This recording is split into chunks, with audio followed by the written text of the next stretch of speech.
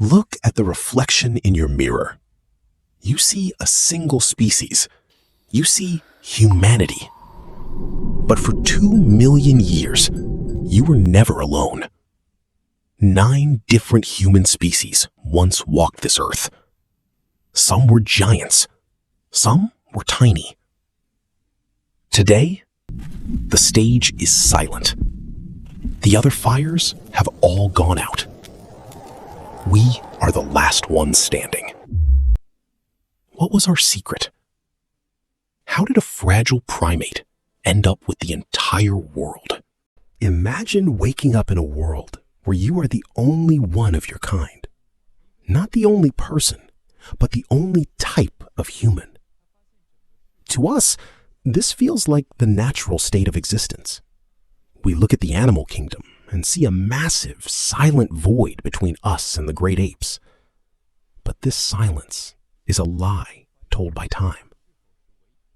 For 2 million years, Earth was not a kingdom of one. It was a crowded, chaotic laboratory. If you could step back just 50 millennia, a mere shadow in the history of life, you would not be alone. You would be one of many human experiments wandering the forests and plains. There were giants.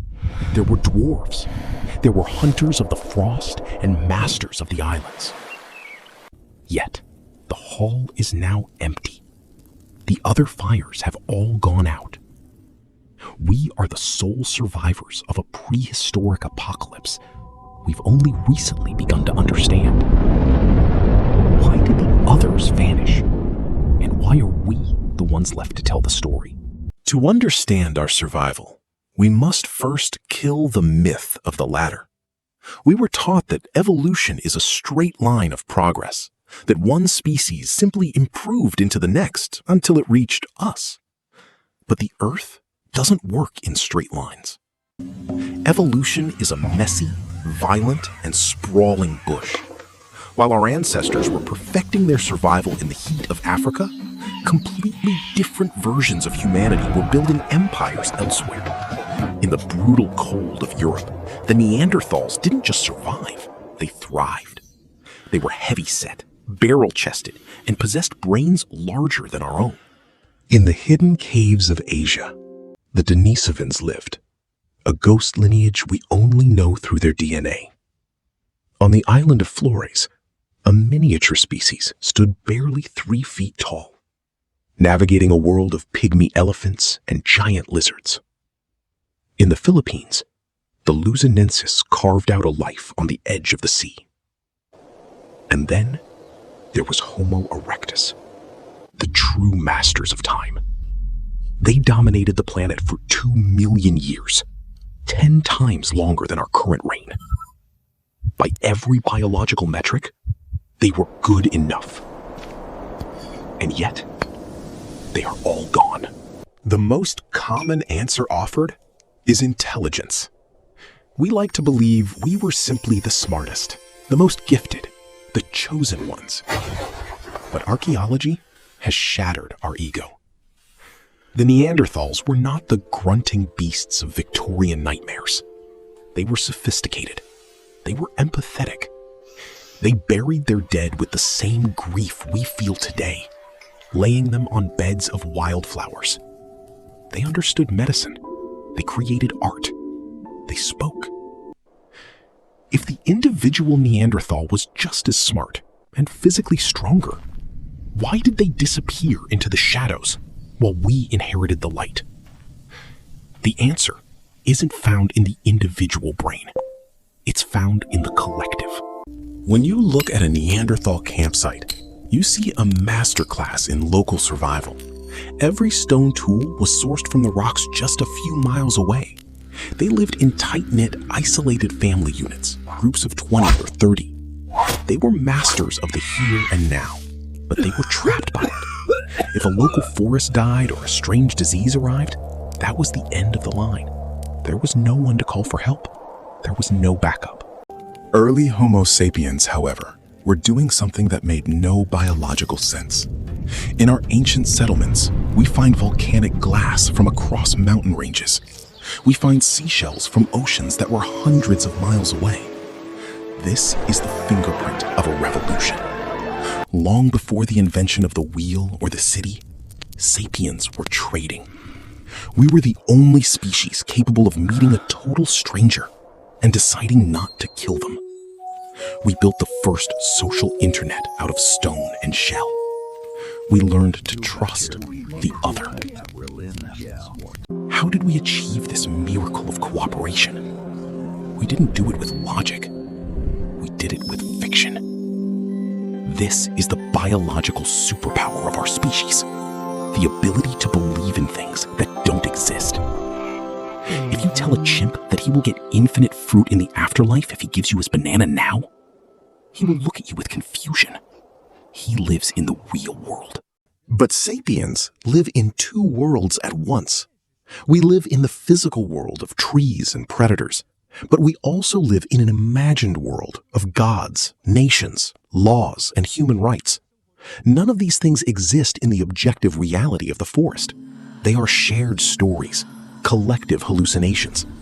But because we all believe in the same story, we can align 10,000 strangers under a single banner, a single goal, or a single faith. When muscle met the power of the network, the outcome was decided by math. 30 strong Neanderthals were no match for 500 sapiens moving as one. We didn't necessarily wage a war of genocide. We simply outcompeted them. We were more efficient. We gathered the food faster. We built better networks. We pushed the other species into the harshest, most desolate corners of the world. The high mountains, the remote islands, the barren wastes. And there, one by one, their fires finally went out. The last of them, the tiny humans of Flores, likely vanished just as we were starting to farm. We were that close to having a neighbor who was not like us. But the others didn't leave us entirely empty-handed. In 2010, when we mapped the Neanderthal genome, we found something haunting. They aren't just in the ground, they are in your blood. If your ancestors are from Europe or Asia, you carry their genetic signature. We didn't just replace them, we absorbed them. They are the silent partners in your survival, living on in the fragments of your DNA. We are a mosaic of all the humans who came before us. Today, we stand at a strange crossroads. We look at the gap between us and the chimpanzee, and we see an unbridgeable canyon. But that canyon only exists because we are the ones who burned the bridges. We are the outliers, the lucky survivors in a series of prehistoric gambles. Our success was never guaranteed, and the fate of Homo erectus is a warning. They survived for 2 million years, and yet they still vanished. Longevity is not a promise of immortality. The world changes, the niche disappears, and the protagonist dies. We survived because we were more connected. Every time you feel a bond with a stranger because of a shared belief, or a shared love for a team, or a shared vision for the future, you are using the exact same biological engine that allowed us to inherit the Earth. This talent for myth-making is what built our cathedrals, what put our footprints on the moon, and what created the world outside your window. It is our greatest strength, but it is also our most dangerous weapon. The other 8 species are gone. The stage is now ours, and we are the only ones left in the theater. We didn't survive because we were morally better. We survived because we knew how to tell a story that could bring us together.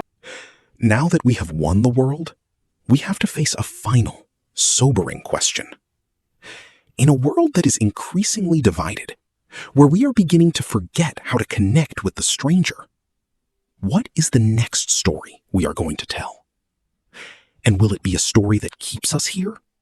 Or the one that finally ends our reign?